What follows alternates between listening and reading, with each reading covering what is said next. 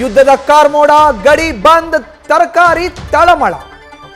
ಭಾರತ ಪಾಕ್ ಗಡಿ ಬಂದ್ ಹಿನ್ನೆಲೆ ತರಕಾರಿ ರಫ್ತಿಗೆ ಫಜೀತಿ ಆಗ್ತಾ ಇದೆ. ಈಗ ಭಾರತದಿಂದ ಪಾಕ್ಗೆ ರಫ್ತು ಮಾಡಲಾಗ್ತಿದ್ದಂತ ತರಕಾರಿ ಸ್ಥಗಿತಗೊಂಡಿದೆ. ಭಾರತದಿಂದ 55% ತರಕಾರಿ ರಫ್ತನ್ನ ಮಾಡ್ಕೊಳ್ತಾ ಇತ್ತು ಪಾಕಿಸ್ತಾನ. ವಿವಿಧ ರಾಜ್ಯಗಳಿಂದ ವಿವಿಧ ತರಕಾರಿ ರಫ್ತು ಮಾಡಲಾಗ್ತಾ ಇತ್ತು. ಕರ್ನಾಟಕ ರಾಜ್ಯದಿಂದಲೂ ಪಾಕಿಸ್ತಾನಕ್ಕೆ ತರಕಾರಿ ಹೋಗ್ತಾ ಇತ್ತು. ಸದ್ಯ ರಾಜ್ಯದ ಎಲ್ಲ ಎಪಿಎಂಸಿಗಳಿಂದಲೂ ತರಕಾರಿ ರಫ್ತು ಬಂದ್ ಆಗಿದೆ.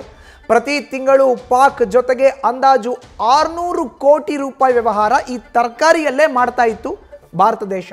ಈಗ 55% ಭಾರತದಲ್ಲಿ ಬೆಳೆಯುವಂಥ ತರಕಾರಿಗಳು ಅಲ್ಲಿಗೆ ಹೋಗ್ತಾ ಇತ್ತು. ಅದೆಲ್ಲ ಈಗ ಬಂದ್ ಆಗಿದೆ.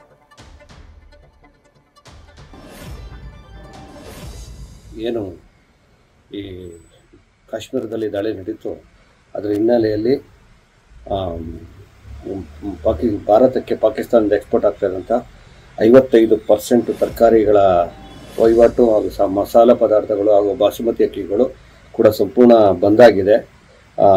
ಅದರೊಳಗೆ ಮುಖ್ಯವಾಗಿ ಟೊಮೊಟೊ ಕೋಲಾರದಿಂದ ಹೋಗ್ತಾಯಿತ್ತು, ಅದು ಕೂಡ ಎಕ್ಸ್ಪೋರ್ಟ್ ಆಗ್ತಾಯಿತ್ತು, ಅದನ್ನು ಕೂಡ ಬಂದ್ ಮಾಡಿದ್ದಾರೆ.